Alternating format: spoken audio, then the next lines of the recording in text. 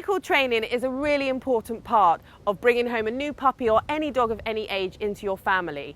If you live in London, then you can use the London parks and dogs can be off leads. So it's a really great way of letting your dog interact with other dogs, socialising them, but you must make sure that when you call their name, they run back straight to your feet. Even if there's food or people or other dogs, because obviously you can lose your dog in the park if they're not recall trained. I start recall training as soon as the puppy is old enough and it's had its injections and it's allowed off a lead, because puppies tend not to want to go too far anyway because they're going to stick with you. So when you start recall training, it's really easy if the dogs are young, because you'll just walk and they'll naturally be inclined to follow you. These dogs have been off a lead before, but I'll just show you what I mean. So just let your dog off the lead. Don't worry, they're not going to randomly run off because they're puppies, they're going to stay with you. The biggest tip I can give you is just to know that you're going for a walk. That's it. Don't worry about the dogs. They will follow you. If they don't, that's when you have to practice your recall training.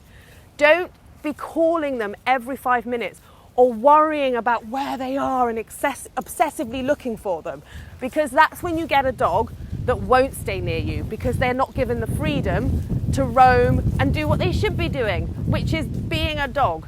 There are two types of dogs when it comes to recall. You can either use food, so if you know that your dog is food driven, then take out some treats when you first start recall training. There are certain dogs like Mimi who doesn't respond to food, so you have to use affection. I'm going to show you now, when you call your dog, what to do.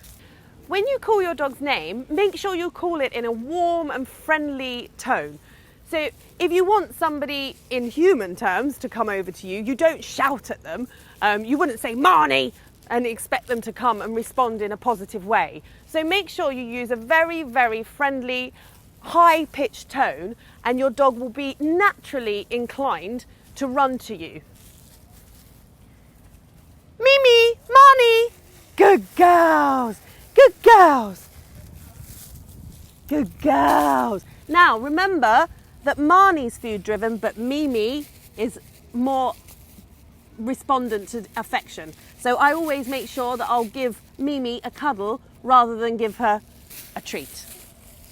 And just continue this throughout your walk, but only when necessary. If they're already following you, please don't call them. When you're walking, if your dogs are following and they meet another dog, just carry on walking. It's when they're very young and you start off with the training that it's really important to not stop every time your dog stops, because they will get in a habit of this and they will think that you do that.